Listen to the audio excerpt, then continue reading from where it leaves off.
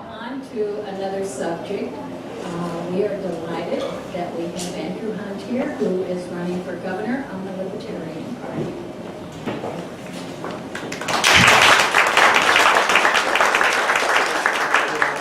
Appreciate you all showing up tonight. There's some bad things going on in the world, there's no doubt about it. But there is still America, but it's in decline. We need to change that. It's been going down the wrong way. We're losing our freedoms and our liberties. We need to restore those. The Republicans have been in control in D.C. They had the president, they had the House, they had the Senate. What'd they do? They grew the budgets, they grew the deficit. Same thing here in Georgia. I have a very good supporter of mine, Joe McCutcheon. Touts himself as a 50-year Republican. He said, I'm not leaving the Republican Party. They left me. It's gotten away from what it's supposed to be, what you were told it was supposed to be, what the representatives said they were going to do. We need to have our Constitution respected again. We need to have our liberties back again. We need to have our freedoms back again. Government and the growth of government and all of the laws, every time, is a decrease in our freedoms and liberties. About half or more of our elected officials now are attorneys. What do they boast about? Well, I got this law passed. I authored this. I supported this. We don't need lawmakers. We need law erasers. We need to decrease this abomination on our freedoms. We need less government, not more government. We have huge amounts of handouts to corporations that have expensive lobbyists and put out lots of money into political campaigns everywhere. This needs to end. We need to get rid of special interest groups. We need to get rid of the pork out of our bills, the pork out of our budgets, and return it to be by the people and for the people. We need to have people in office, not politicians. We need to get the politics out of government. Have it open and transparent. They put all these cameras everywhere to observe what we're doing and to find out who's doing things wrong. Well, I can tell you where. In the Gold Dome is where billions of dollars are being stolen from us and given to other people. They're taxing the middle class, even the poor people, and giving it in large sums of money. More than $1 billion of Georgia taxpayer money has gone into the film industry. And they can show very few permanent jobs out of that. This is a big buyout. The two big stadiums, new stadiums going on up there, the Braves and the Falcons, another $1 billion. You can hit this billion number a lot of times to different groups and organizations. And it's a bought-out system. As we know, when Georgia turned Republican, it happened very quickly. Those Republicans weren't elected in. They were Democrats that turned into Republicans all of a sudden, because that's where the power was. They wanted to be in the power. They wanted to be in the game. We need to let them know that we've wised up to it. We're not going to buy the game anymore. They can't tell us something and we believe it. Is it really that different? Barack Obama goes in there and says, look at these big deficits. We have to end the deficits. We have to reduce it. He talks about these other things. And then of course he does quite the opposite. He grows it even bigger. So what you have right now is the Republicans growing government some and the Democrats growing it a lot. So you're voting for the lesser of two evils, folks. There's a party and an organization with good people that want to get it back to a constitutionally based, smaller government, where the taxpayer is respected, the money is honored, the government services that are out there are done prudently and effectively. Who wants DC running Georgia? No. Okay. DC, you might as well call it deceit and corruption, right? Hey, maybe you could call it Dealer Carter. Say no to DC, okay? So, I am a PhD from Georgia Tech in engineering. I want to work for you to have effective, cost-effective government that serves the people. Deal and Carter are both attorneys. Deal and Carter are both blessed by their DC party headquarters. They're both career politicians. You have a choice November 4th. Now, something historic's happening this year. Most of the media now is on this, and they're saying that the gubernatorial election this year will go to a runoff. The first time ever in the state of Georgia, we're going to have a runoff race. So the winner will not be decided November 4th. You don't have to worry about voting for the lesser of two evils this year. You can vote for who you believe is the best person for the job, who you think will represent your ways, who is the most conservative, who is going to care about the people but not go into ways and systems that maintain poverty but break the cycles of poverty. Social welfare is holding neighborhoods and communities down. And what we need is excellent education in all of our schools. That's one of my programs. I don't want to see school districts graduating less than 60% of the students. Those people are set up for social welfare for life. We need to care about people. If there's one thing we need to do right in this state, in our nation, is educate people well, so that they can realize all of their God-given capabilities.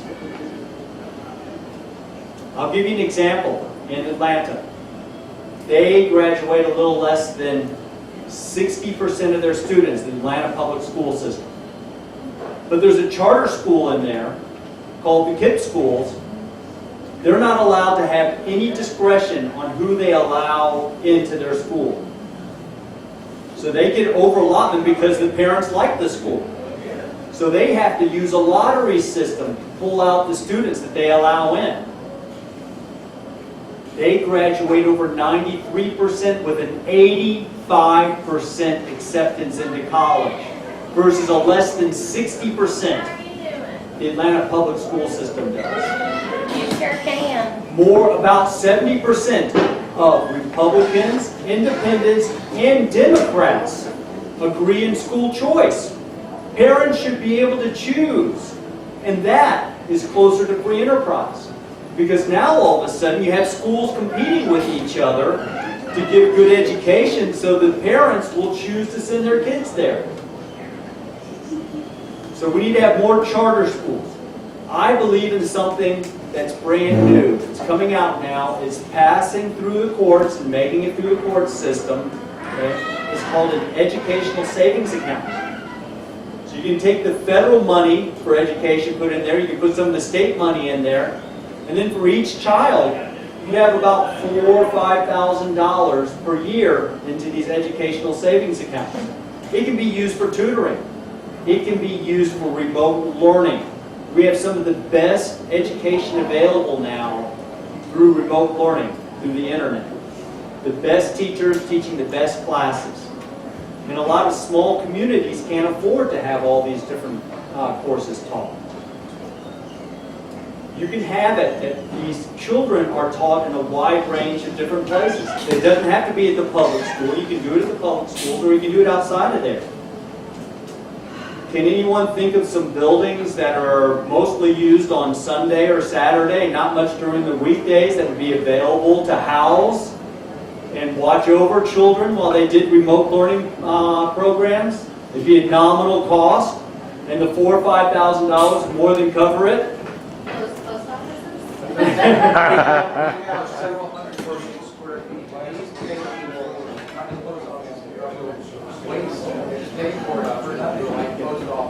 Yeah, but no, churches, or churches, of course, is what I'm talking about. Synagogues, churches, and other buildings like that that are pretty freed up, and that you could have good people that would be willing to go in and monitor and make sure the classes are going forward.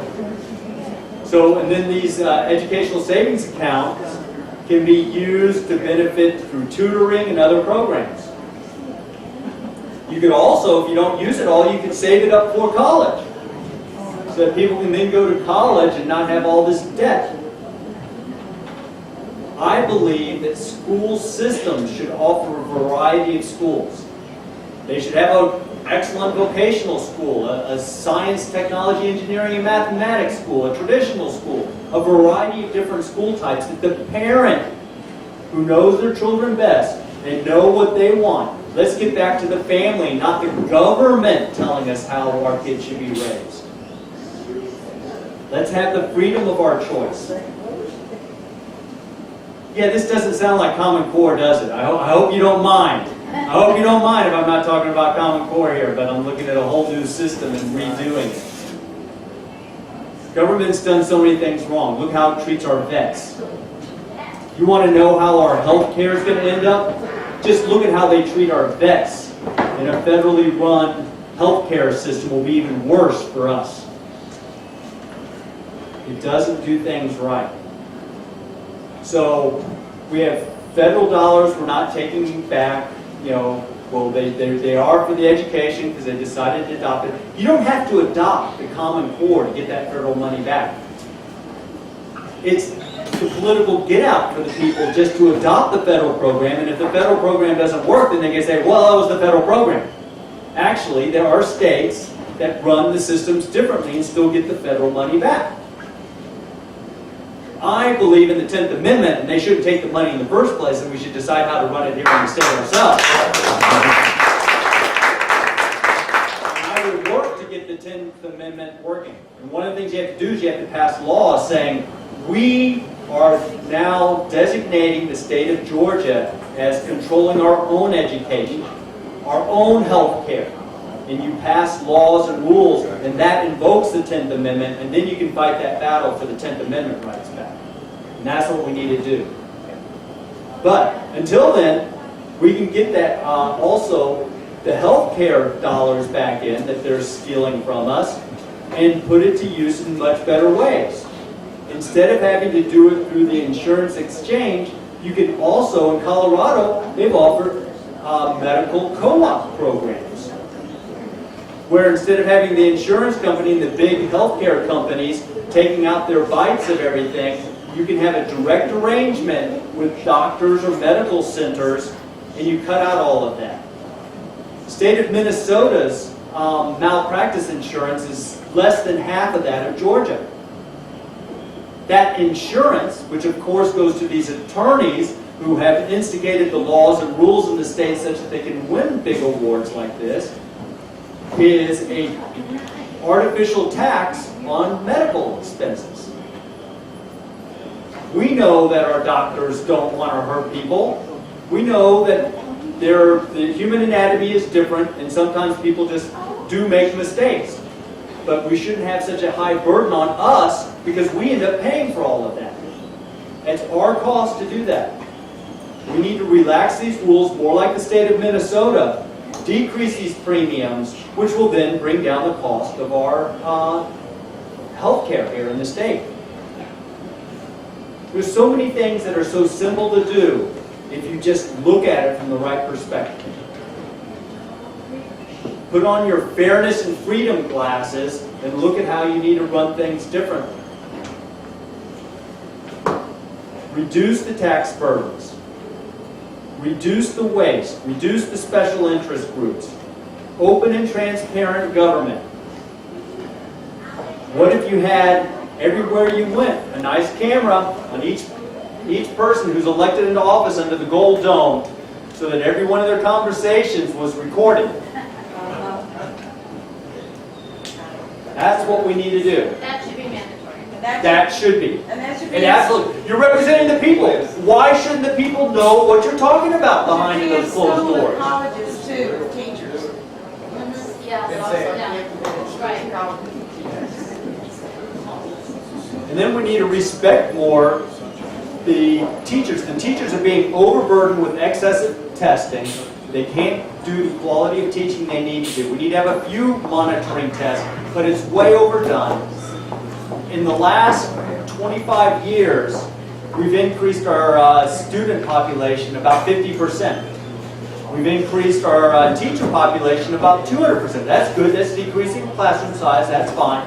But the bureaucrats above the teachers have increased at 700%. That's our issue. Because their job is quote-unquote helping the teachers, which we know is just more work and paperwork and things for the teachers. So we really need to knock out that bureaucracy, have more of an individual schools within the systems, get rid of the bureaucrats, save that money, but put some back in the school and the classroom where it should be. I think we can get an excellent education system without an increase in the education budget. Have teachers actually get more pay, but there might be a few less bureaucrats. I don't think anyone would mind that. Jobs. So I talked some about these big special interest groups and how they give out these large amounts to certain industries that have lobbyists. The way I would fix jobs is that I want every small town, every small business, whether it's one employee or greater, to see an economic impact for being good and creating a job. I think one of the best behaviors someone can do is have a job. Create a job for someone else. There's something I call employment penalty taxes. Some people kindly call them payroll taxes. But whether a company makes money or not, they have to pay taxes because they gave someone a job, and that is wrong. The big companies get out of it because they get all these throwbacks back at them. It's the small businesses that they're hurting. It's the small towns they're hurting. We have some of the most impoverished cities in the nation. Albany, Dalton are in the top 10 with poverty and other issues like that.